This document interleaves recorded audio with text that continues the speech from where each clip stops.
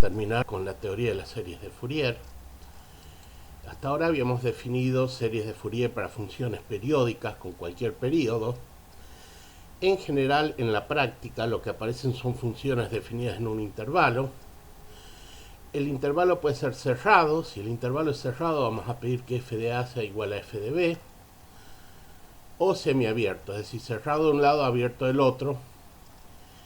Y cuando esto ocurre, uno puede mostrar que hay una única función periódica, cuyo periodo es la longitud del intervalo, que cumple que la función f per y f coinciden en el intervalo.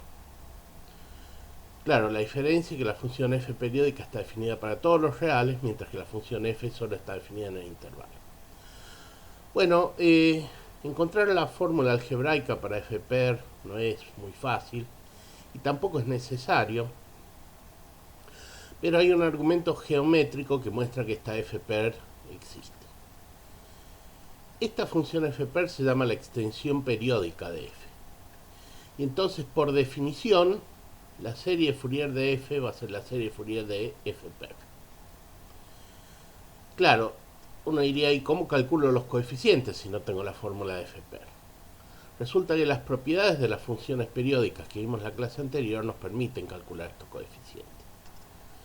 Uno puede demostrar que los coeficientes a sub n van a estar dados por 2 sobre p por la integral entre a y b de f de x por coseno de 2πn sobre p por x, y los b sub n van a estar dados por la fórmula de siempre.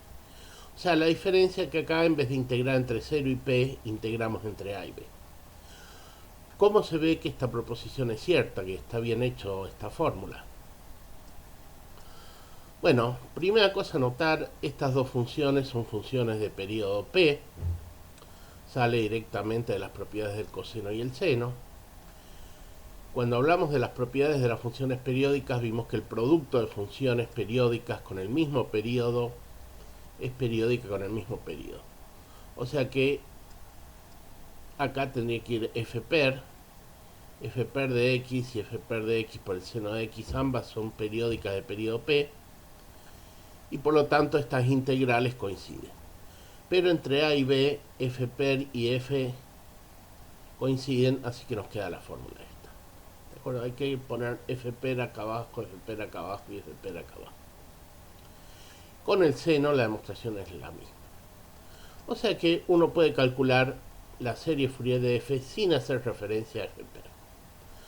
Bueno, yo les dije que había un argumento geométrico que mostraba que esta f per existe. El argumento geométrico es básicamente hacer cut and paste.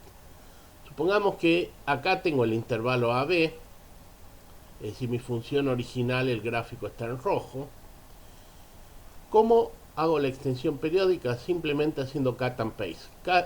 Corto acá, lo muevo, lo vuelvo a mover, y así obtenemos la extensión periódica. ¿Ven? Ese es el argumento geométrico, me está claramente que esta f per existe. Bueno, hay dos extensiones más, porque a veces uno quiere tener series que solamente tengan senos, o series que solamente tengan cosenos.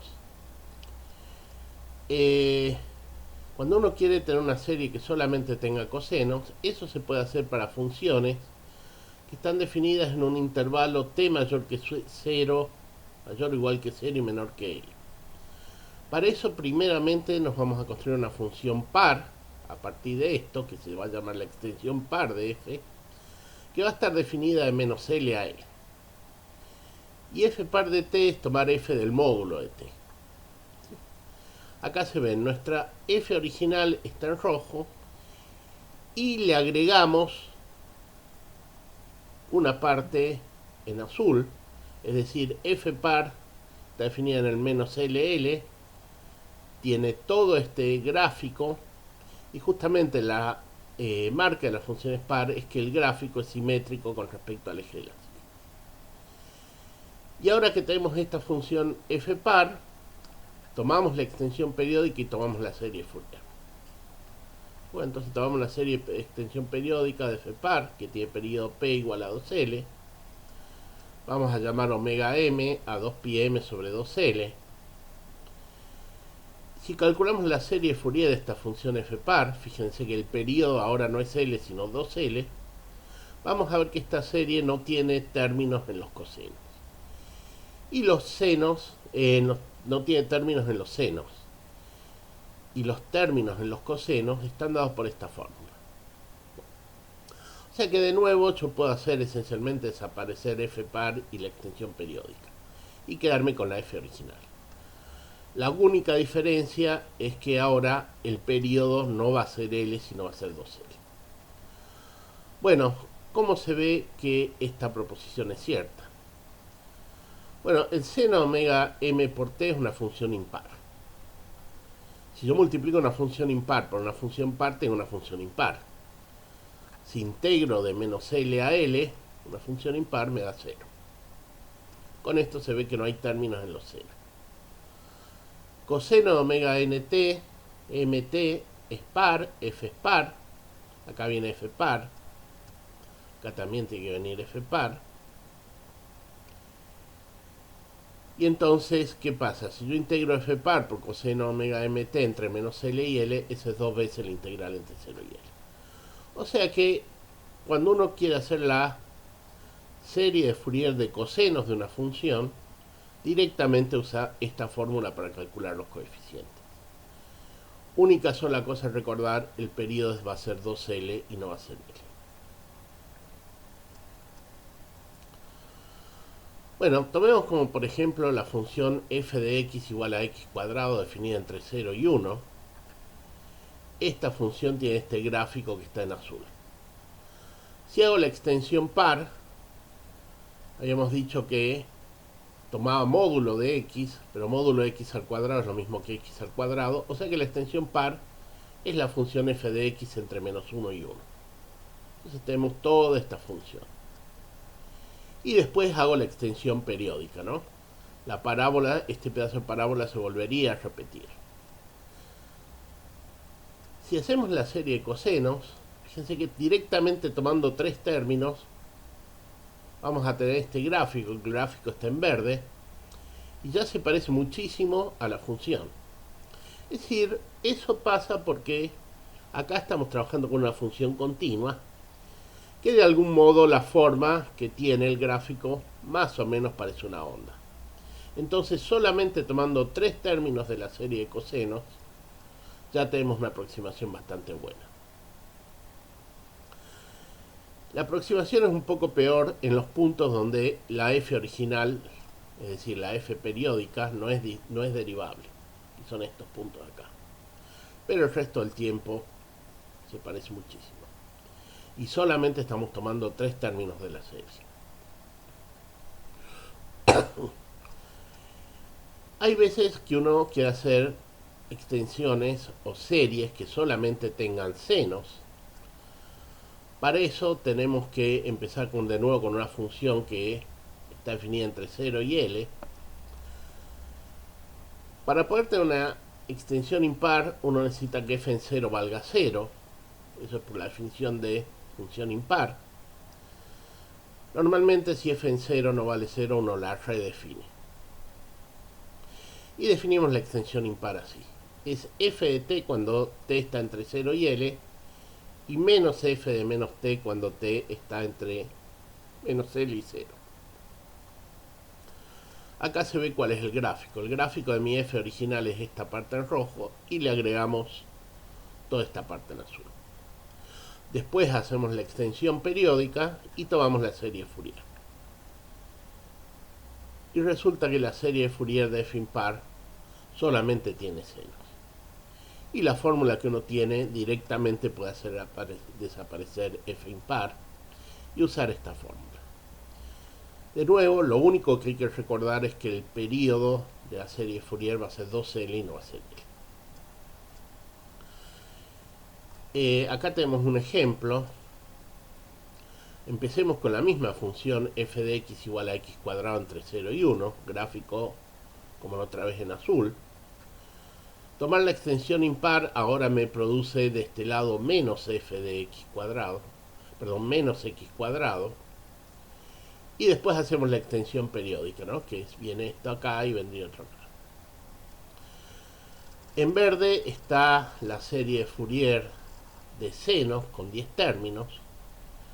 Fíjense que esta función, la f impar extendida periódicamente, tiene discontinuidades en estos puntos, y eso afecta que ya la serie Fourier tenga que tomar muchos más términos para que se parezca al gráfico. Acá, con 10 términos, tengo algo que dista bastante del gráfico. Pero bueno, no puede tomar 20, 30 términos, que con una computadora no hay el menor problema y va a tener algo bastante más parecido. O sea que, dado una función, en cualquier periodo uno le puede asignar una serie Fourier.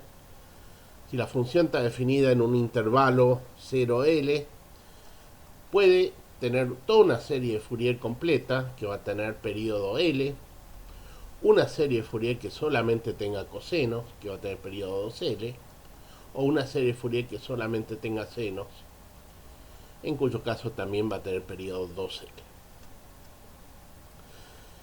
Bueno, hasta ahora no hemos hablado de la convergencia de series de Fourier. Vamos a dar una serie de definiciones. El problema de convergencia de series de Fourier es un problema bastante difícil de resolver.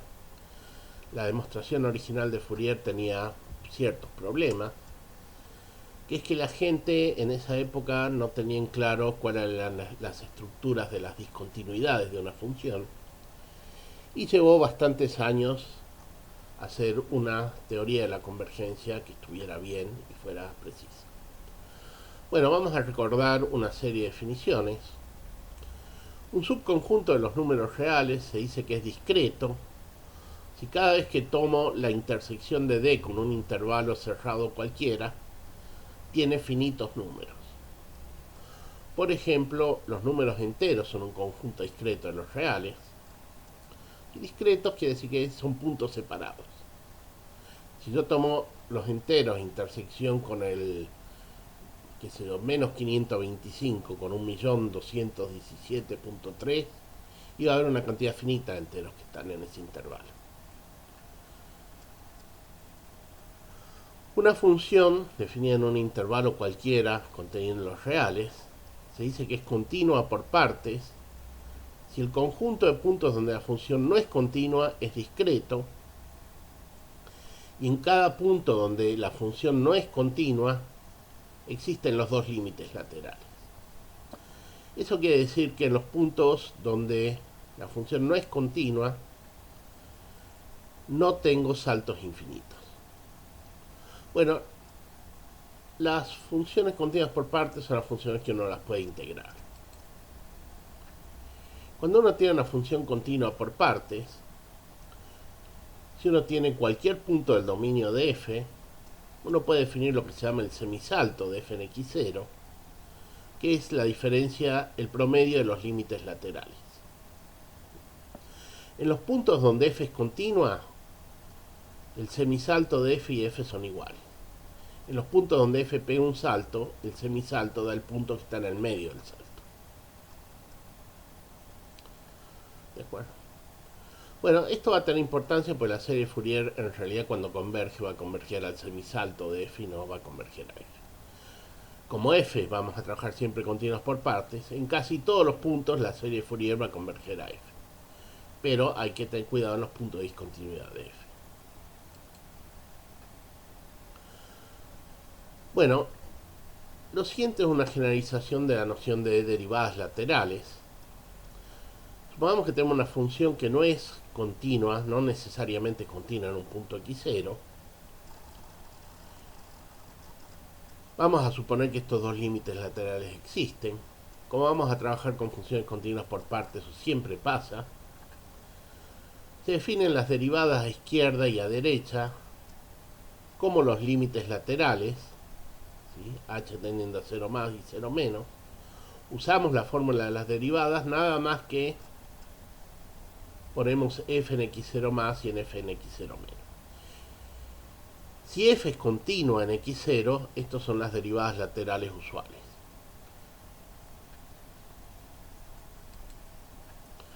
Bueno, tenemos un teorema que se debe a Dirichlet, que fue la primera demostración de convergencia. Las hipótesis que voy a poner no son exactamente las de Dirichlet, son hipótesis que nos garantizan que la serie va a converger puntualmente. Dice que si tenemos una función continua por partes, fíjense que acá estoy suponiendo definiendo todos los reales. Como siempre en la serie de Fourier, en el fondo estoy calculando la serie de Fourier de extensión periódica, puedo asumir que están definiendo todos los reales. Vamos a suponer que es continua por partes para poder definir la serie de Fourier. Supongamos que es derivable en todos lados salvo en un conjunto discreto. En cada punto de este conjunto discreto existen las derivadas laterales. En el resto f es derivable y vamos a suponer que f' es continua por partes. Entonces la serie de Fourier de f, sea tanto la serie de Fourier trigonométrica como la exponencial, converge puntualmente a la función semisalto. Esto es convergencia puntual. Si f es continua, fíjense que justamente la serie de Fourier convergía más despacio en los puntos de discontinuidad. Si f es continua, no hay ese problema, y si se cumplen las hipótesis del teorema de Dirichlet, entonces la serie de Fourier converge uniformemente a f, ya que no tiene mejor convergencia. Muchas veces uno quiere usar las series de Fourier para estudiar ecuaciones diferenciales. En ese caso uno necesita saber qué pasa si deriva la serie de Fourier. Entonces supongamos que f es continua en todos lados, derivable salvo en un conjunto discreto de puntos, y supongamos que la derivada es continua por partes. Entonces si la serie de Fourier de f es esta, yo estoy usando la serie de Fourier trigonométrica, vale también para la exponencial. Como f' es continua por partes, va a tener su propia serie de Fourier. Y resulta que la serie de Fourier de f' se obtiene derivando término a término esta serie de Fourier.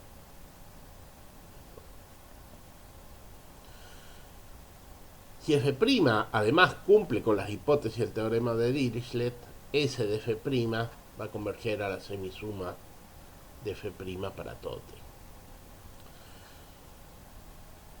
Y uno puede volver a usar este teorema diciendo, bueno, si f continua por partes en todos lados, derivable dos veces salvo en un conjunto discreto de puntos, sus derivadas primeras y segundas continua por partes, entonces la serie de Fourier de f derivado dos veces, uno vuelve a derivar esto término a término, y así sucesivamente. Bueno, eso nos dice qué pasa cuando derivamos. Nos podemos preguntar qué pasa cuando integramos. Cuando integramos, si tenemos una función continua por partes y periódica, con periodo p igual a 2L, y la función tiene esta serie de Fourier, entonces para integrar entre 0 y t f de x, uno integra término a término. Si se integra a 0 sobre 2, le va a quedar a 0 por t sobre 2. Si integra a los cosenos, le van a quedar senos, evaluados en t y en 0, pero como el seno de 0 es 0, acá no aparece nada. Cuando integra los senos, sale este término y queda el coseno evaluado en t menos el coseno evaluado en 0, y acá sí aparece algo. Bueno, hay otra identidad que también es bastante importante, que se llama la identidad de Parseval. Dice que si f es continua por partes y periódica con periodo p, y tiene esta serie de Fourier, como repito, lo mismo va a valer para la serie de Fourier en la base exponencial, entonces 2 sobre p por la integral entre 0 y p del módulo de f de x al cuadrado. Acá estoy poniendo módulos porque esta f puede ir a parar los reales, en cuyo caso no hace falta poner el módulo, pero sí puede ir a parar los complejos, en ese caso sí hace falta poner el módulo. Me queda la suma de los cuadrados de los coeficientes de la serie de Fourier, tomando módulo. Si f va a parar a los complejos, estos van a ser números complejos, y entonces tengo que tomar módulo. Si f va a parar en los reales, todo esto van a ser reales, y como el módulo al cuadrado es lo mismo que, digamos, como estoy elevando al cuadrado es lo mismo poner módulo que no ponerlo, entonces no hace falta poner módulo. Bueno, vamos a ver, para terminar, que las series de Fourier se pueden usar a veces para calcular algunas series numéricas. Por ejemplo, supongamos que queremos calcular la suma de 1 sobre m al cuadrado, donde m recorre todos los naturales, o la suma de 1 sobre m a la cuarta, donde m recorre todos los naturales. Usando criterios uno puede demostrar que estas dos series convergen, pero una cosa es saber que una serie converge y la otra es a dónde converge. Bueno, empecemos por la primera. Si agarramos esta función f de t igual a t al cuadrado, con t definida entre 0 y 2pi, y uno toma la serie Fourier total, no estoy haciendo ni extensión par ni impar, sino tomo toda la serie, es decir, este sería mi A, este sería mi B. Bueno, resulta que esta serie va a estar dada por esta forma. Y fíjense que 1 sobre m al cuadrado es lo que aparece acá, en donde están los cosenos. Entonces la idea va a ser tomar un valor de t que haga que todos estos cosenos valgan 1 y que me haga desaparecer todo este término en ceros. Por ejemplo, puedo tomar t igual a 0. Es decir, evalúo esto en 0, me van a quedar coseno de 0 que es 1, seno de 0 es 0, desaparece el término en 0. Bueno, entonces si yo hago esto, evaluando en 0 me queda pi 4pi cuadrado sobre 3 más 4 por la suma de 1 sobre m cuadrado. Que esto es lo que quiero calcular. Ahora, ¿qué pongo a este lado? Bueno, en este caso uso el teorema de Dirichlet. Dice que me va a dar el semisalto de esta función, ¿no? De esta función. Tengo que calcular el semisalto de esto. Cuando t se aproxima a 0 por la derecha, tengo t cuadrado que se aproxima a 0. O sea que f en 0 más es 0. ¿Qué pasa cuando me aproximo por la izquierda? La periodicidad me dice que aproximarme con t a 0 por la izquierda es lo mismo que t se aproxime a 2pi por la izquierda. Y en ese caso, f de t es igual a t cuadrado. Yo solamente sé que esta función es t cuadrado cuando t está entre 0 y 2pi. No puedo usar esta fórmula para calcular directamente el límite cuando t tiende a 0 por el lado negativo. Pero la periodicidad me dice eso. Acercarme a 0 por el lado negativo es lo mismo que acercarme a 2pi por el lado negativo. Cuando me acerco a 2pi por el lado negativo, t cuadrado se aproxima a 4pi cuadrado. O sea que tengo esto. El semisalto era esta suma dividido 2, me queda 2pi cuadrado.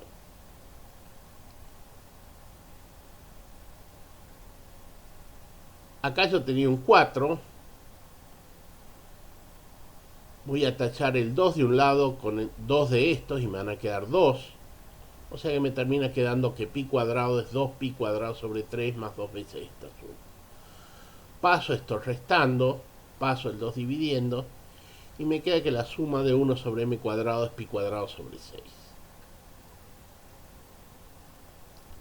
Muy bien, ya calculé la suma de 1 sobre m cuadrado. Ahora quiero calcular la suma de 1 sobre m a la cuarta. No puedo usar la estrategia de evaluar en algún punto porque acá no aparece ninguna m a la cuarta. No importa donde yo evalúe, no puedo hacer aparecer un m a la cuarta de nada, de la nada. Entonces lo que voy a usar es la identidad de Parseval. La identidad de Parseval me dice 2 dividido del periodo, que el periodo es 2pi, por la integral entre 0 y 2pi, de f al cuadrado. Entre 0 y 2pi era f de t igual a t cuadrado, elevado al cuadrado me va a quedar t a la cuarta. Esto es 2 sobre 5pi por 32 pi a la quinta. Me queda 32 sobre 5 pi a la cuarta. Acá tengo un pi que se va con uno de estos y me queda esto. Entonces la identidad de Parseval me dice que este número tiene que ser la suma de los cuadrados de todos estos coeficientes.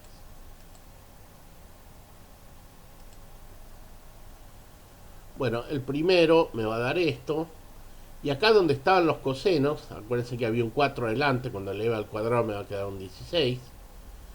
Abajo yo tenía un m cuadrado, ahora me aparece m a la cuarta. En los senos yo tenía un 4pi, me va a dar un 16pi cuadrado. Y tenía m abajo, ahora me va a quedar m al cuadrado. Estas dos son constantes, esto lo paso restando. El 16 lo voy a pasar dividiendo cuando necesite. Y acá, ¿qué pasa con esto? Yo puedo sacar 16pi cuadrado como factor común y me queda la suma de 1 sobre m cuadrado, que ya la calculamos, era pi cuadrado sobre 6. Pero además tengo 32, 32, 16, 16, puedo dividir todo por 16 de los dos lados. Entonces divido por 16, esto lo paso restando. Acá en suma de 1 sobre m cuadrado pongo pi cuadrado sobre 6 y me queda que la suma de 1 sobre m a la cuarta es este número que termina siendo 11 pi a la cuarta sobre 90. Esto es algo que la serie de Fourier nos dan de regalo, es decir, la posibilidad de calcular ciertas series numéricas.